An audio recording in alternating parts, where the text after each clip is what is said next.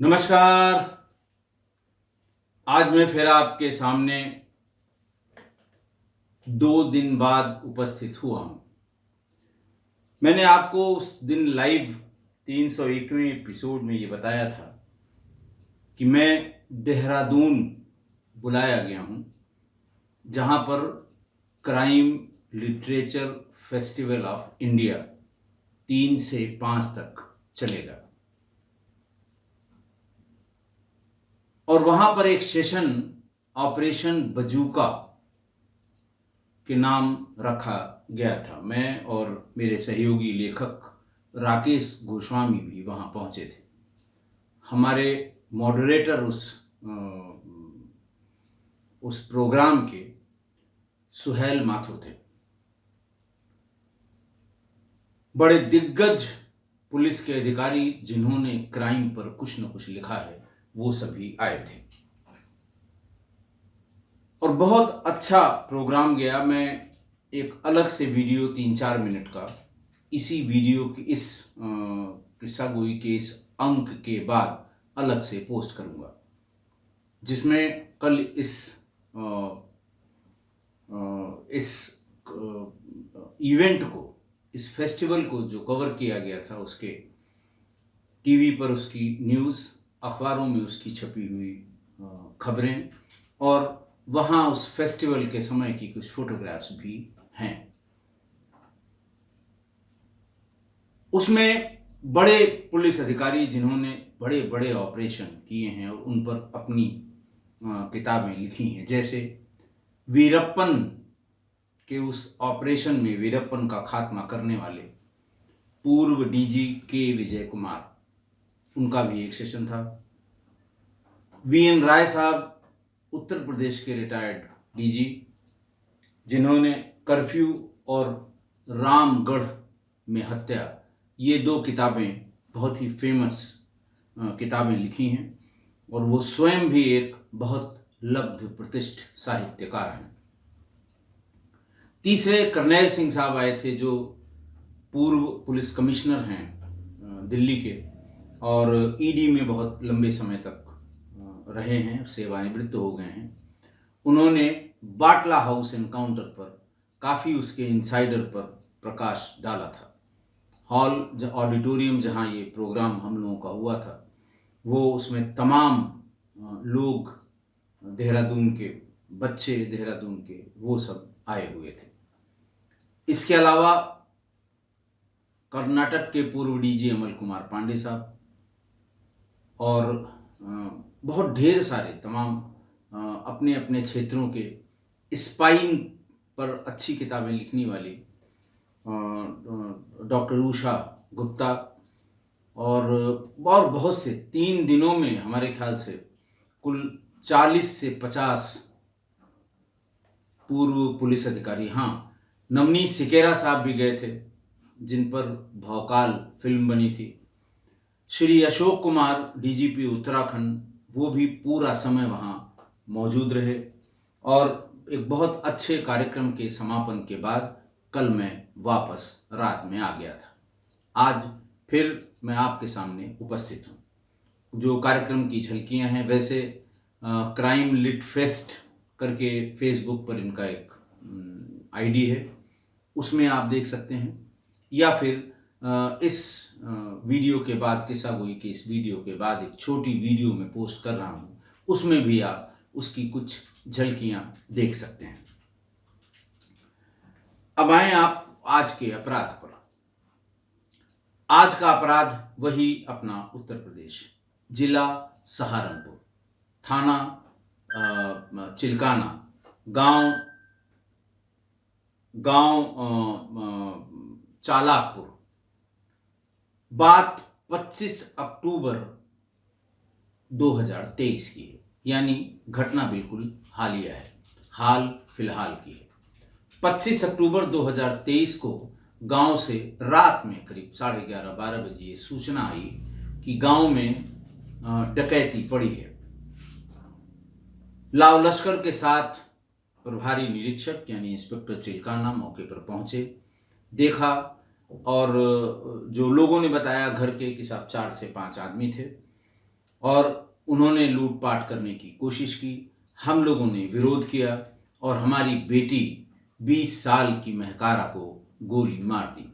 उसे 3 गोलियां लगी थीं और मौके पर ही उसकी मृत्यु हो गई थी।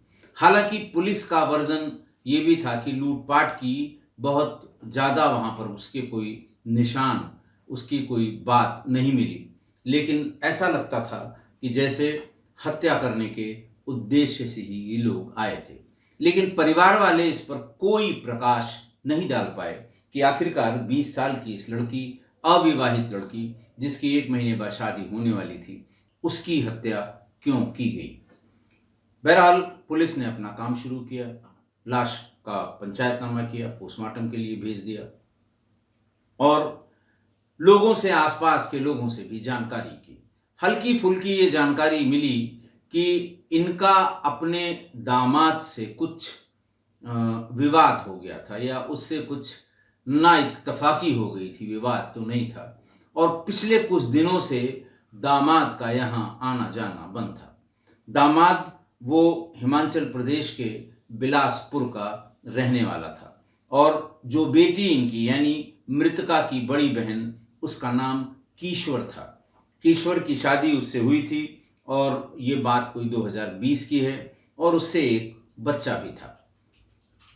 पुलिस ने इस दिशा में बात करनी शुरू की, उसका नंबर ढूंढा गया, इसकी बहन का नंबर ढूंढा गया और सारे नंबर परिवार वालों से मिल गए। पुलिस ने उसको उसकी सीडीआर खंगालनी शुरू की। कोई पैटर्न उसमें बहुत ज़्यादा मिला नहीं। एक चीज़ ये तय हो गई कि इसका दामाद, जिसके ऊपर लोगों ने ये शक किया था कि साहब इससे नाइत्तफाकी है कुछ दिन से, उसकी लोकेशन अपने घर बिलासपुर में ही मिली। बाकी उसके परिवार के भी लोगों की बिलासपुर में ही मिली। तो बात कहीं आगे बढ़ नहीं रही थी। पुलिस इस लिहाज से भी विवेचना कर रही थी कि हो सकता है आसपास के किसी गिरोह ने और पैसे की लालच में डकैती डालने के उद्देश्य से यहाँ पर वो लोग आए हों, हल्ला हो गया हो, चिल्लाहट हो गई, क्योंकि पहुँचते ही वहाँ गांव में, उस घर में पूरा गांव इकट्ठा हो गया। उन्होंने गोलियों की आवाज़ सुनकर और घर वालों का शोर सुनकर उस जगह पर आने की बात बताई।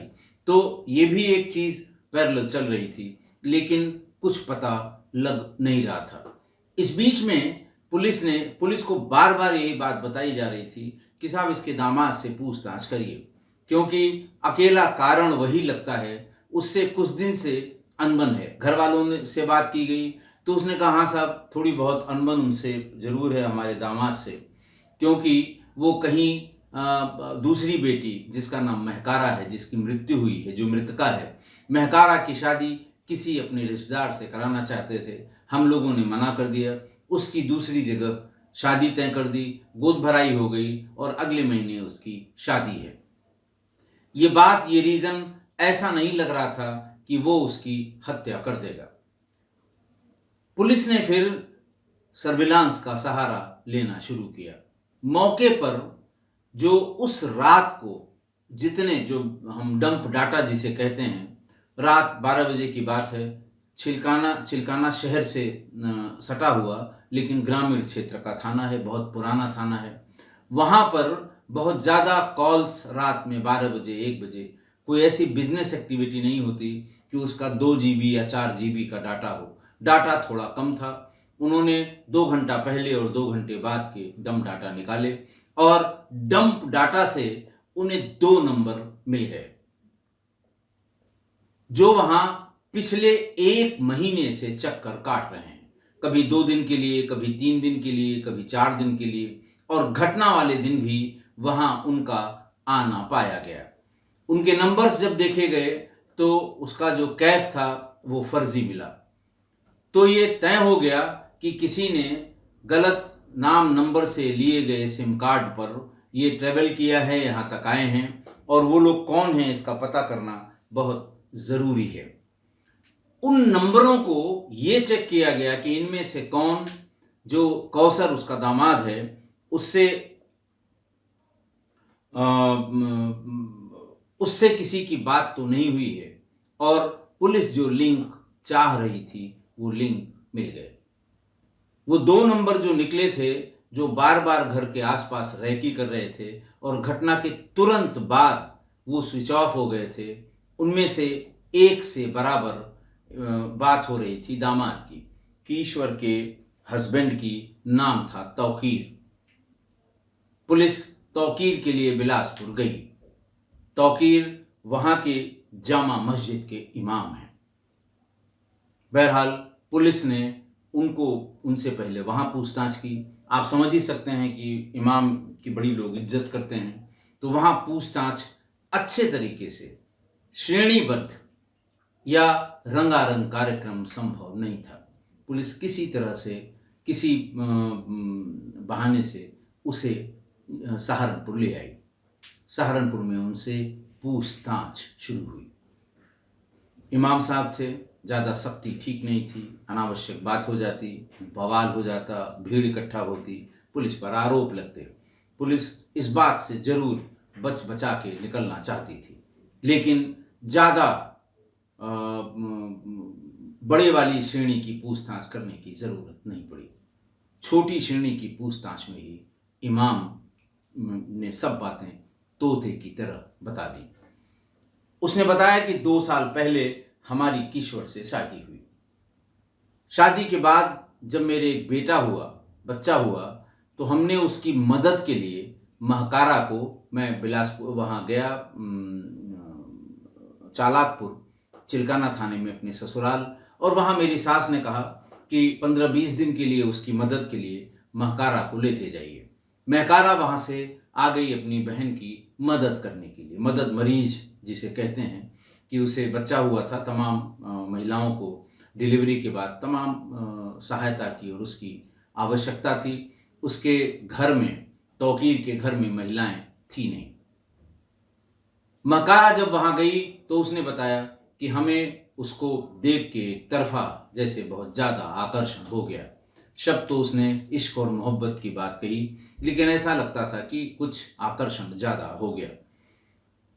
20-25 दिन बाद जब वो घर वालों ने कहा कि हाँ, अब इसका काम खत्म हो गया, बच्चा भी ठीक है और किशोर भी अब बिल्कुल स्वस्थ है, अपना काम कर रही है, इसे वापस भेज दो। उसने टाल मटोल की कि नहीं, 10 दिन और रुक जाएं, 15 दिन और रुक जाएं और बिल्कुल ठीक हो जाएगी तो मैं भेज दूंगा, मैं खुद ले आऊँगा। दुनिया भर की बातें, जो रिश्तेदारियों में इस तरह की बातें होती हैं, उस तरह की बात वो करने लगा। घर वालों ने कहा, खासकर महकारा की माँ और पिता ने, कि नहीं, अब उसको भेज दीजिए। उसी समय मौका पाकर इमाम साहब ने महकारा से ये कहा कि मैं तुमसे निकाह करना चाहता हूं। उसने उसको सिरे से खारिज कर दिया कि आपका निकाह हो चुका है, मेरी बहन ही आपकी बीवी है, ये पॉसिबल नहीं है, इस तरफ सोचिएगा भी नहीं।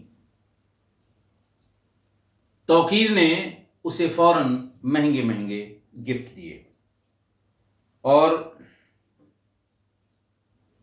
गिफ्ट में आते समय उसने सोने की बाली, नाक के नथ, एक जंजीर और ढेर सारे कपड़े सिलवा के दिए। ये कह के कि खुशी का मौका है, तुम यहाँ पर आई थी, मतलब जो ज़माने को दिखाने के लिए जो बात कही गई वो ये थी। लेकिन वो बात महकारा भी जानती थी और इमाम भी जानता था कि किस वजह से ये दिए गए हैं।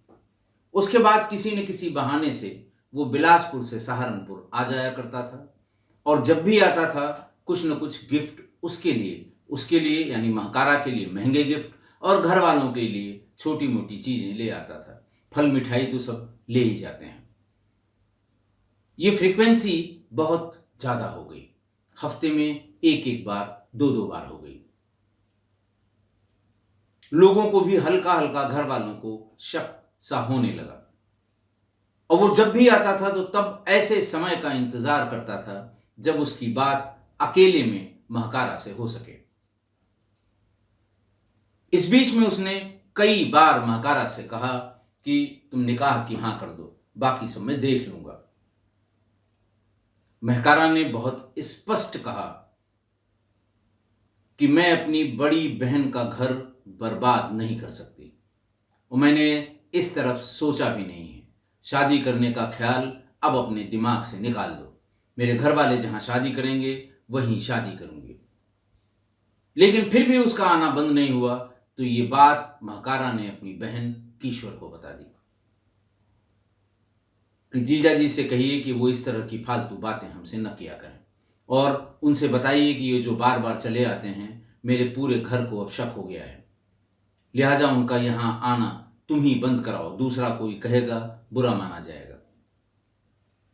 किशोर ने ये बात मां से पूछी कितनी बार आए, क्योंकि वो उनको बिना बताए आता था, अपनी पत्नी को। फिर जब वो घर गया तो किशोर ने उससे एक के बाद एक कई सवाल दागे कि तुम इस बीच में 5 बार किस वजह से गए, क्या कारण था, क्या जाने का मतलब था, क्यों बार बार ससुराल जाते हो। समझ तो इमाम भी गया, तौकीर भी, कि इन लोगों को शक हो गया। लेकिन फिर भी एक दिन वो गया फिर से चिल्काना के अपने ससुराल में। इस बार घर वालों ने और महकारा ने दरवाजा नहीं खोला और उससे कहा कि आप फौरन यहां से वापस चले जाएं, बाइज्जत चले जाएं, हम आपको घर में दाखिल नहीं कर सकते, आपकी नीयत ठीक नहीं है। गुस्सा होकर वो चला गया। जाकर वहां उसने किशोर से झगड़ा किया कि तुम्ही ने कुछ बताया होगा, महकारा से मेरी बात कराओ। महकारा से टेलीफोन से किशोर ने बात कराई। महकारा ने कहा कि आप मेरे भनोई हैं, मैं बड़ी इज्जत करती हूं आपकी, लेकिन बराए मेहरबानी अब आप मेरे घर मत आइएगा। ये बात सुनकर उसको और शक हुआ। उसके बाद फिर गया वो, इस बार घर नहीं गया। इस बार बहन से बातचीत करा के उसने ये अंदाजा लगाया कि कब उसको मार्केट निकलना है। 2 बार प्रयास किया, मार्केट वो नहीं निकली, नहीं बात हुई। लेकिन एक बार उसने मार्केट में रोक के कहा कि मैं अंतिम बार कह रहा हूं, निकाह के लिए राजी हो जाओ, वरना अगर तुम मेरी नहीं हो सकी तो मैं किसी और की नहीं होने दूंगा। भागकर वो घर आई। घर आकर उसने फिर अपनी बहन को बताया कि आज फिर आए थे, फलां जगह फलां दुकान के पास रास्ता रोका, गाड़ी से थे, मुझसे ये बातें उन्होंने कही हैं, ये बातें मुझे बिल्कुल पसंद नहीं हैं। आप उनको बता दीजिए कि ये संभव नहीं है और ये भी बता दीजिए कि आइंदा से वो ना आएंगे। इतना ही नहीं, महकारा ने अपने माँ और बाप को भी लौटकर गुस्से से ये बात बताई और फिर पुरानी भी सब बातें बता दी कि किस तरह वो पीछे पड़े हैं और बार बार सिर्फ और सिर्फ निकाह की बात करते हैं। हम बिल्कुल ऐसा नहीं कर सकते, सवाल ही नहीं है ऐसा करने का। और ये बात जो अंत में उन्होंने बताई थी, इमाम ने बताई थी, तौकीर ने, कि मैं किसी और की नहीं होने दूंगा, इस बात को जब बताया तो घर वाले थोड़ा सा डर गए। फौरन उन्होंने परिवार ढूंढा, अच्छा परिवार ढूंढा और चोरी से, अपने दामाद की चोरी से, बहन की जानकारी में था लेकिन उसको ये बता दिया गया था कि किसी भी कीमत पर ये बात तौकीर को पता न लगे, लड़की की शादी तय कर दी, गोद भराई भी कर दी। लेकिन जो आदमी उसकी फितरत ही है सिर्फ उसके बारे में पता करने की, उसे कहीं से पता लग गया कि फलां जगह इसकी शादी हुई है और फलां जगह इसकी सगाई हो या गोद भराई, जो प्रारंभिक कार्यक्रम होते हैं वो भी हो गया है। ये फिर वहां गया, उसके मार्केट में ये 3 दिन घूमता रहा लेकिन उससे मुलाकात नहीं हो पाई। भागकर घर आया। इमाम साहब थे। इमाम साहब का आदेश तो मतलब ऊपर वाले का आदेश माना जाता है। जो जामा मस्जिद के उनके कारकुन 2-4 उनके नज़दीक यंग थे, उनसे अपनी समस्या बताई और ये बताया कि हमें हर हाल में इसी से निकाह करना है, इसलिए तुम लोग जाओ, तुम्हें मैं 2 लाख रुपए दूंगा, गाड़ी मुझसे ले जाओ, वहां इंतजार करो, जब भी ये घर से बाहर निकले इसको उठा लाओ, यही हम जामा मस्जिद में ही इससे निकाह करेंगे। 5 लोग गाड़ी लेकर फिर से चिल्काना के इसके ससुराल पहुंच गए। काफी देर 2 दिन रुके ये लोग वहां। सहारनपुर में होटल में रुकते थे जब रात हो जाती थी, और दिन में वहां पर कई बार चक्कर लगाया। 2 दिन तक लगातार चक्कर लगाया, लेकिन फिर इनको ऐसा लग गया कि उन पर लोग निगाहें रख रहे हैं, और 2 दिन तक महकारा घर के बाहर निकली ही नहीं। फोन से बताया कि देखिए वो निकल नहीं रही है और उसको इस तरह से उठाना अब बहुत मुश्किल हो गया है।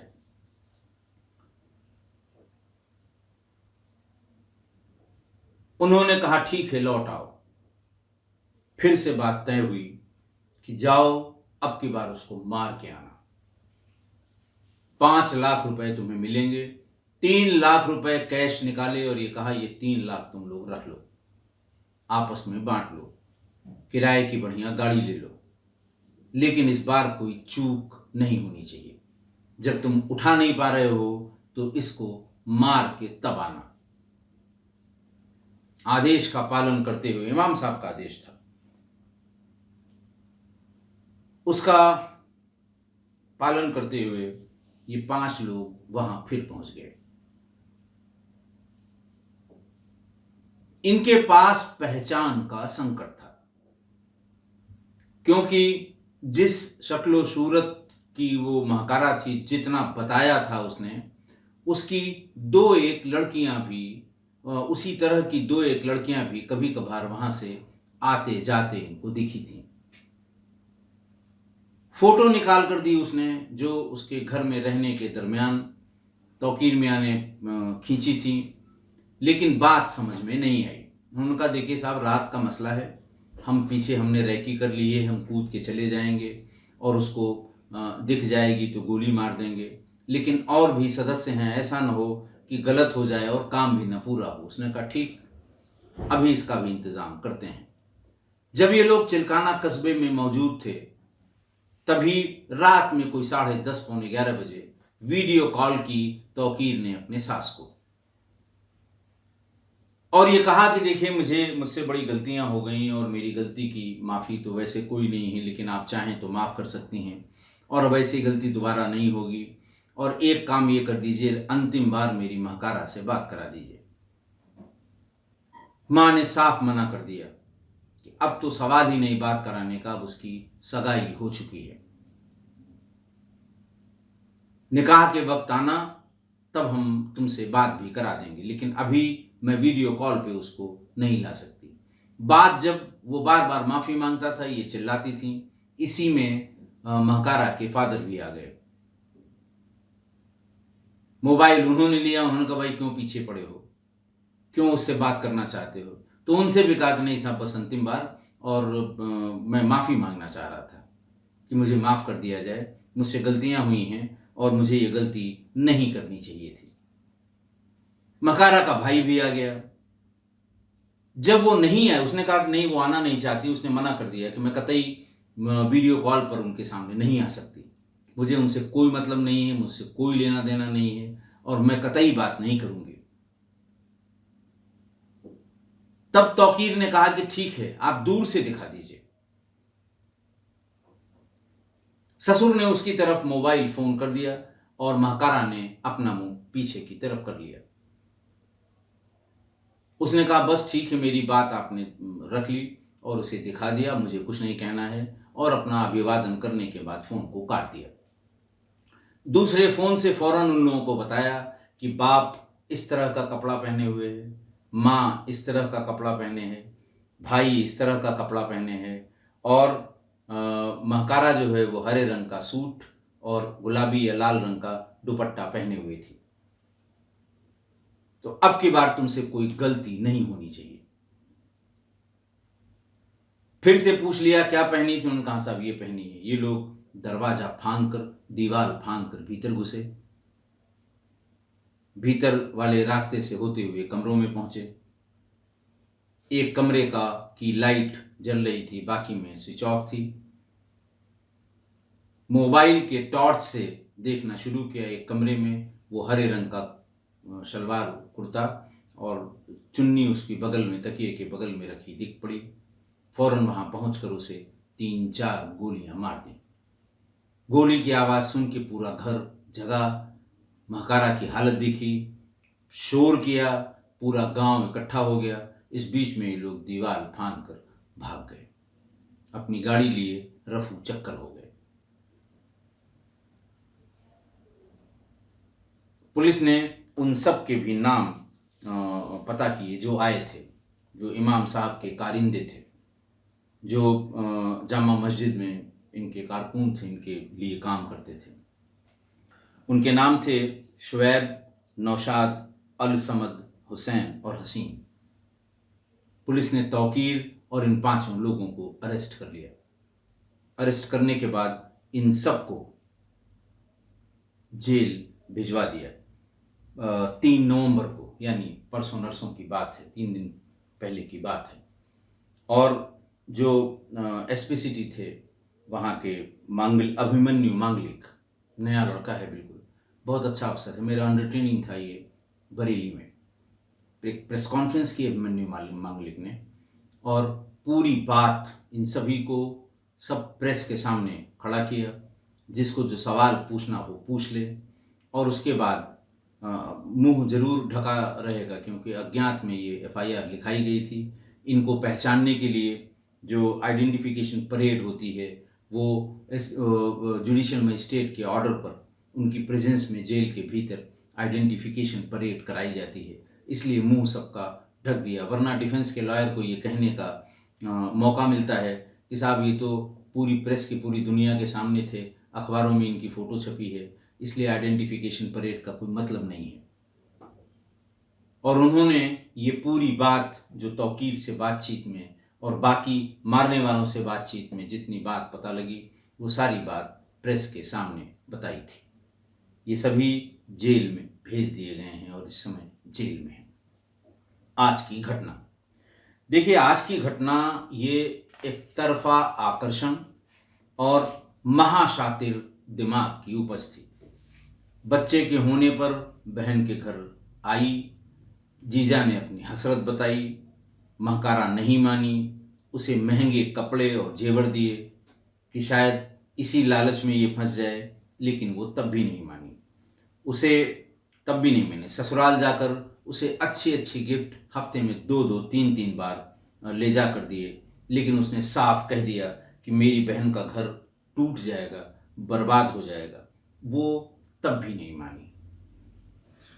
और जब ज़्यादा हो गया तो अपनी बहन और माँ बाप को ये बात बता दी कि मेरे पीछे पड़े हैं। ससुराल वालों ने उसके ससुराल आने पर पाबंदी लगा दी और चोरी छिपे वो उससे मिलने के लिए, इमाम साहब चोरी छिपे, मतलब आप समझ लीजिए कि आप सार्वजनिक रूप से अगर कोई किसी भी धर्म के अधिष्ठाता हैं और आपके पीछे पीछे इतने लोग चलते हैं तो आपका आचरण तो कम से कम ऐसा होना चाहिए कि किसी को उंगली उठाने का मौका न मिले। लेकिन फिर वो चोरी चोरी आते रहे। जब वो नहीं मिली, एक बार रास्ते में रोक के उससे कहा कि तुम अगर मेरी नहीं हो सकती तो मैं किसी और की होने नहीं दूंगा। घर वाले बहुत डर गए और जल्दी से उसकी शादी तय कर दी। गोद भराई हो गई और जब तौकीर को पता लगा तो उसने उसे उठा कर ले आने की सुपारी दे दी कि जबरदस्ती से ले आओ, हम यहीं निकाह कर लेंगे। सुपारी लेने वाले 3-4 दिन वहां आसपास घूमते रहे, लेकिन महकारा घर से निकली ही नहीं। तब तौकीर मियाँ का गुस्सा 7वें आसमान पर। तब उन्होंने कहा मुंह मांगी रकम दूंगा। बात 5 लाख पर जाकर टिकी। 5 लाख रुपए में 3 लाख रुपए कैश तुरंत दे दिए कि जाओ और उसे मार के आओ। इस बार वो किसी भी कीमत पे जिंदा नहीं बचनी चाहिए। और देखिए शातिर दिमाग, देखिए कि पहचान के लिए तरीका क्या इजाद किया उसने। रात के समय फोन किया और वीडियो कॉल की। इसलिए कि साहब मुझे मेरे किए की माफ़ी दे दीजिए। मैंने बहुत गलत किया है, मेरी नीयत खराब हो गई थी। दुनिया भर की बात ताकि सामने वाले को यकीन हो जाए। उसके ससुर आ गए, वो भी नहीं माने। फिर भी एक ही जिद की, एक बार अंतिम बार महाकारा से मेरी बात करा दीजिए। जब कोई परिवार में नहीं माना तो इस पे कहा कि साहब दूर से दिखा दीजिए। फिर भी उसने अपनी शक्ल नहीं दिखाई, मुंह अपना उधर कर लिया, लेकिन उसका मकसद ही नहीं था उसकी शक्ल देखना या उससे बात करना। उसे तो उसकी ऐसी पक्की पहचान चाहिए थी कि रात के अंधेरे में 1 सेकंड के भीतर लाइट लगा के कोई उसे मार दे। फोन काटा और तुरंत बता दिया कि ये कपड़े पहने हुए हैं, बाकी घर वाले भी ये कपड़े पहने हैं, ताकि किसी तरह की किसी गलती की कोई गुंजाइश न रहे।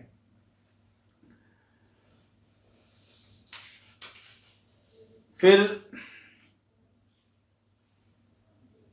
जब उसने मार दिया तो मारने के तुरंत बाद उसकी फोटो उन अपराधियों में से, सुपारी किलर्स में थे, एक ने महाकारा की फोटो खींची और उसे फौरन व्हाट्सएप पर तौकीर को भेजा। और ये वही कॉल थी उस समय बाहर निकलने के बाद, जब हड़बड़ी में व्हाट्सएप पर बात नहीं हो पा रही थी, तो ये कहा कि इमाम साहब सही है या गलत है। तो इमाम साहब ने कहा कि नहीं, बिल्कुल सही है। यही वो कॉल थी जिसने इमाम के नंबर को और अपराधियों के नंबर को कनेक्ट करा दिया था, जिससे पुलिस उस तक पहुंच गई। अब ऐसी जिद का आप जरा सोचिए, दिमाग लगाइए कि खुद जेल चला गया, पत्नी और बच्चे अपने मायके यानी उसके ससुराल चले गए, इमामत बंद हो गई, घर वालों के पास और कोई दूसरा जरिया मास नहीं था, पूरा घर बर्बाद हो गया। और उनकी इस करतूत की वजह से लोगों में उनके प्रति घृणा भी पैदा हो गई। अब ऐसा नहीं है कि वो वहां से लौट कर आएंगे तो फिर वो जामा मस्जिद की इमामत उन्हें मिल जाएगी, ऐसा बिल्कुल नहीं है। और तौकीर कब जमानत पर बाहर आएगा कोई नहीं समझ सकता, कोई नहीं बता सकता। और ऐसे आदमी को फांसी से कम सजा नहीं होनी चाहिए, जिसने एक जिद की वजह से अपना ही पूरा परिवार बर्बाद कर दिया हो और एक मासूम सी कम उम्र की एक लड़की की हत्या करा दी हो। देखिए, इस सिलसिले में मैं बार बार कहता हूं कि जिस घर में महिलाएं, लड़कियां या बच्चियां हों, उसमें किसी को फ्री एक्सेस मत दीजिए। वो चाहे जितना नजदीकी रिश्तेदार हो, चाहे जितना जरूरी आदमी हो, कतई फ्री एक्सेस मत दीजिए। अब आप सोचिए कि बार बार ससुराल आना, महंगे गिफ्ट ले आना, अकेले में बात करने की कोशिश करना, और पूरे घर ने इसको नजरअंदाज इसलिए किया कि अरे साहब जीजा हैं, साली से बात कर रहे हैं, कौन सी बात है। अगर उसी समय जब ये शुरुआत हुई थी, जब पूरे घर ने इस बात को नोटिस किया था, उसी समय स्ट्रिक्टली उनके आने जाने पर पाबंदी लगा देनी चाहिए थी, तो बात यहां तक न जाती, बात इतनी आगे न बढ़ती, और मतलब हत्या की नौबत तो कम से कम न ही आती। उस समय इन लोगों ने इस पर ध्यान नहीं दिया और ये कह के कि ये तो रिश्तेदार हैं, परिवार के दामाद हैं, बच्ची के जीजा हैं, इनका हक है, ये सब झूठी बातें हैं, ये सब गलत बातें हैं। ठीक है, जीजा हैं, बहन बहनोई दोनों आए, दोनों एक साथ आए, ससुराल आए हैं, एक आध दिन रुकिए, आओ भगत होगी आपकी, अच्छा खाना खिलाया जाएगा, उसके बाद चले जाइए। बिना बात के, बिना मकसद के, बिना किसी काम के बार बार आना और फिर महंगे महंगे गिफ्ट ले आना, ये बात कोई किसी के मन में या किसी की नज़र में, किसी की निगाह में, किसी के दिल में, किसी के दिमाग में सही नहीं उतर सकती। तो जब परिवार वालों ने इस पर ध्यान देना शुरू किया महाकारा ने जब पूरी बात बताई तब तक बहुत देर हो चुकी थी। बात हद से बहुत ज़्यादा आगे बढ़ चुकी थी। तो कृपा करके इस तरह की बातों को हद के भीतर ही रखें। इसे अपनी पहुंच के, अपनी रीच के, अपनी हद के बाहर न होने दें, वरना वही होगा जो आज की घटना में हुआ है। आशा है आप मेरी इस बात से सहमत होंगे। आज के लिए इतना ही। बहुत बहुत धन्यवाद।